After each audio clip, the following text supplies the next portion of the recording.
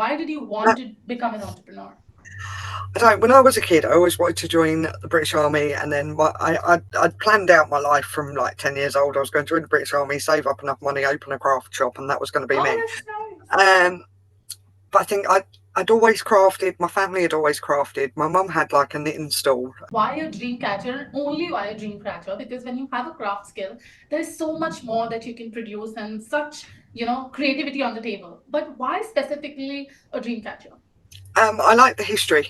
So I do craft a lot of other things as hobbies. So I cross stitch as a hobby, and dream catchers have always been a bit of a passion hobby of mine when I was younger. That my What is the kind of revenue that you're able to make using the dream catcher business? dream interpreter and analyst. So we're launching that service as well to Oh, that's start dream therapy. amazing. I'm so intrigued. Once you do that, I want to come back to you and ask you again about dreams. That is such a big Yeah, part. yeah. So And we're I'm sure launching dream therapy. everyone has that questions immediately after they wake up. Why did I see this dream? Why did I see this in the dream? And there's so many questions around it. My God, that is such an intriguing topic.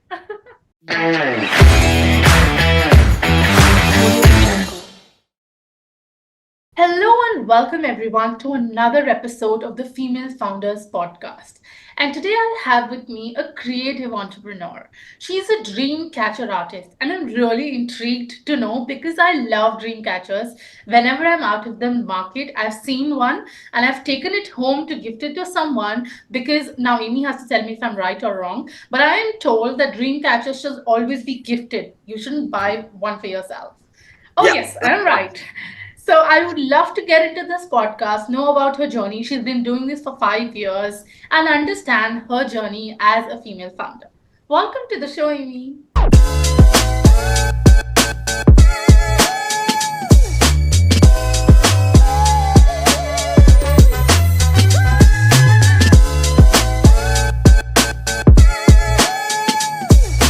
Thank you for having me.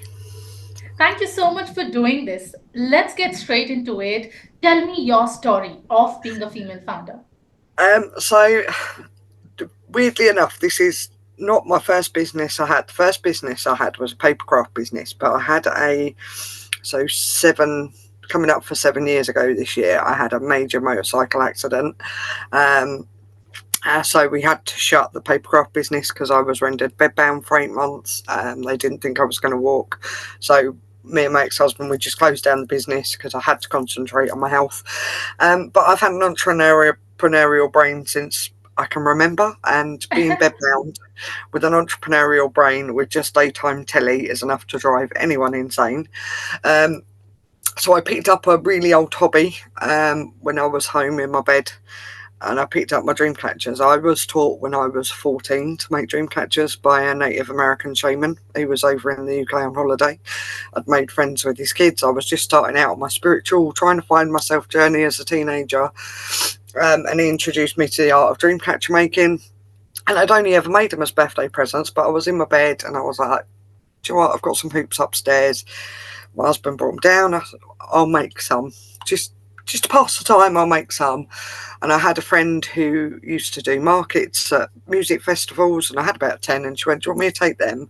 I'll sell them for you, and then you can buy some more supplies. And I was like, that's a really good idea. She opened her stall on the Friday morning. On the Friday afternoon, for a weekend event I've sold out. Can I have some more for next weekend? And this was ongoing for about 2 months, and I was like, do you know what? This is obviously what I was meant to do. I just keep selling out. And I carried on making them. I hadn't really decided that I was going to go back into business until I was having a really, really bad pain day with my leg because I'd broken my pelvis in 5 places. I was all plated. I'd had my daily dose of morphine. My 6-year-old was on her way home from school. My husband looked at me and he said, come on, you're going to have to pull it together so she doesn't see you in pain. And I'm like, okay, pull it together. And she walked in, and kids know. Kids just know. Yeah, They they know when sense you're in it. pain. Yeah, they've got that intuition. And she walked in, she gave me a cuddle, and she went, I'm going to grow tonight. And I was like, you grow every night. That's what kids do, darling. Kids grow in their sleep. And she went, no, I'm going to grow my legs so you can have them, Mum, so you're not in pain anymore. And that was like a light bulb moment for me. That was like, do you know what? My daughter cannot see me like this anymore. I need to get back to showing her that no matter what life throws at you, you can do anything you want. So I started laying the foundations for Rainbow Poochie, setting up social media, getting ready for launch, just setting the foundations and learning from the lessons I'd learned from my previous business that was already going down the pan before the accident, and learning from that one, and what not to do. I think that has been a beautiful share, and thank you so much for sharing it Yeah, more openly, because a lot of people don't like to go to the pain side and share those things. But I think listening to your story, I really feel the first thing that crops in my mind is that you've been a keeper. Even yeah, though life had twists and turns to take you down, but you always came up and shined the next time. And a lot of times I feel I've experienced this in my life as well. When something happens which puts us in a lot of pain, at that moment we realize it is not working out, it's difficult, but something out of it shines where we feel, okay, thank god I was in that moment, so that I could figure out the bigger thing. And that's how life takes us ahead. So thank you for the yeah. beautiful I think share. they're like messages from the universe. Like, I'm going to give you this, and you might wake up and learn this lesson because you're not learning it any other way than Yeah, I'm going to have to throw you something really big. absolutely. Thank you so much for sharing that one. I would also want to know that you mentioned that you always have the brains of an entrepreneur since the beginning. So, what made you so intrigued towards entrepreneurship? Why did you want to become an entrepreneur? I don't. When I was a kid, I always wanted to join the British Army, and then I'd planned out my life from like 10 years old. I was going to join the British Army, save up enough money, open a craft shop, and that was going to be Oh, me. that's nice. Um, but I think I'd always crafted. My family had always crafted. My mum had like a knitting stall, and she did outside catering as well. So I mean, she retired at 65, then set up a business 3 weeks later. Um, we were a very driven family. Both my brothers were in the army. One of my brothers had his own plastering business for a while, and I grew up there a lot older than me. And I was a teenager when my brother had his plastering business when he came out of the army. So I'd grown up watching family around me in business. Um, I'd kind of grown up watching my mum have a little hobby stall, and I used to make cards. And when I was a teenager and bit before that, I used to make birthday cards and stuff, and mum used to sell them for me. And the fact that I wasn't allowed pocket money. My parents were always very much, you don't get pocket money, you only get money you earn. So you go out and you get a job. And I was like 10 when I wanted pocket money, so I started work at 11, cleaning out stables. For my dad's friend where my horse was, and walking local dogs. And we were always told we had to earn our own money, and then making the cards, going, and mum would put them on her stall, and that little bit, well, that's mine, I've made that, I've done that Yeah. myself. I think being in a highly driven family's really helped.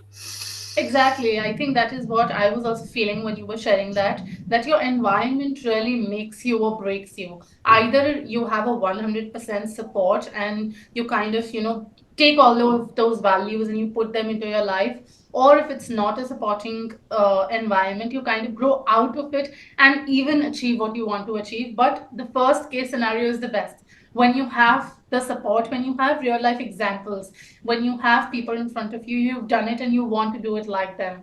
So I think having a supportive environment is the best thing any entrepreneur could have. Oh, definitely. I've got such a good support network. My family, they always say all family and friends don't always agree with people in business. My family and friends have been my driving force. So, like, if I'm having a low day and it's like, actually, I can't get in the workshop today, and they're like, yeah, you can. And I'm like, Yeah. really? They're like, yeah, you can. You can Yeah. do it. Come on. That's the push that we all need in life, isn't it? Yeah, I'm Yeah. very lucky. I know a lot of entrepreneurs, especially in the craft space, a lot of friends and family are very negative, whereas I kind of got a real positive friends and family around me supporting everything I think I do. So I'm very, very lucky. Yeah. Yeah. Thanks to our stars for that support. Yeah. Yes, yes. I am also very intrigued to understand that why a dream catcher and only why a dream catcher, because when you have a craft skill, there is so much more that you can produce and such, creativity on the table. But why specifically a dream catcher? I like the history. So I do craft a lot of other things as hobbies. So I cross stitch as a hobby, and like I say, I used to do paper craft. Um, but dream catchers have always been a bit of a passion hobby of mine when I was younger. That my my heart sung when I made one. They're so relaxing, and you can only make a dream catcher if you're in a positive mindset Yeah, because they absorb negative energies. They're a energy absorber, which helped my mental health when I was in the hospital bed because I had to put myself in a positive mind frame to make one, which helped yeah, me heal. And then obviously, as they were selling, it helped me heal even more and give me a purpose. But it's like when you're making them, it's like you drift off into like a meditative state because they're very repetitive. And yeah, no two are the same because a web comes out different every time. And I like that uniqueness that every one I've made, and I've made thousands, is unique. yeah. Um, Because and it's, I can I have think, about also the 20, 30 a intention day. that goes with it. Like you said, you need a Yeah. positive mindset. So I'm sure when you're making them, it's a different day, it's a different time, it's a different feeling, and it's a different client. So that intention goes into making it unique. So, and they're so personal as well. Like I have clients that message me and they want certain charms in them, certain crystals, certain colours, and I love doing the bespoke work because it's really helping someone sleep and stuff. Yeah. And I love the history. They're so rich in history as well from their native roots. Their Native American roots are so rich, and the stories from each tribe has a different story of how they came about. And I love reading about all of that and studying them. Yeah. I would, really want to know two questions. Number one, I have heard this. I don't know the logic behind it. Why shouldn't you buy a dream catcher for yourself? Why should it Because only be gifted? it's a sign of protection. So if you gift them, it's supposed to give the person you gift them to good luck and protection. Oh, that's nice. That's such a nice gesture. So Yeah. Such a in like thoughtful gift. yeah, in native culture, they're generally made for you as a baby by either your auntie, your mum, or your grandma. So Yeah. they're made and passed down in Native American cultures from one family member to the next. Yes, yes, that adds a lot of value because it is coming from your loved ones and they always want the love and protection for you. That's it. Yeah, yeah. And you have been talking about the history of dream catchers. We might not be able to go very deep into it, but let's, take us to a little bit of the history of dream catchers. So they come from the Ouija tribe originally. Many tribes argue that, but you kind of look back and some anthropologists have done some research, and that's kind of where they've sourced the first one to. And they're based on the Spider Queen, and as the natives called it, the Turtle Island, so through Canada and Native American.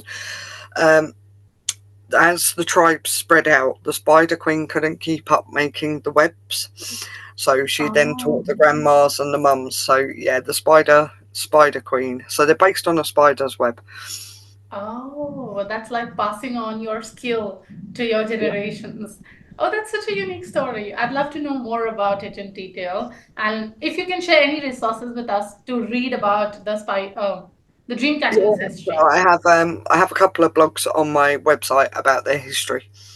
Yeah, yeah. Please share it with us. I'll definitely put it below the Yeah, podcast video. Yeah, brilliant. Yeah, I'll put the yeah, link in.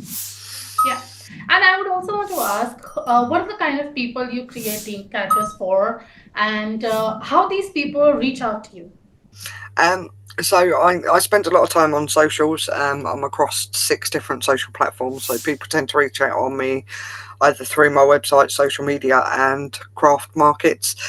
Um, Generally, I tend to find my customer base is mainly female. Um, Typically mums. I kind of Yeah. have two ideal clients. It's either mums with children who can't sleep very well or are having nightmares, or people who are very spiritual tend to buy a lot of dream catchers off me. Right, right. Two extreme examples, Yeah, but yeah, yeah, beneficial for both of them. Yeah, yeah, yeah, yeah. So I kind of cater, but they're generally my ideal, two different ideal clients. But it yeah. works. Yes, absolutely. And since you mentioned that it has an intention, it's personal, and sometimes people do ask for customizations. So, is there any set of questions that you ask your clients before you create these dream catchers for them?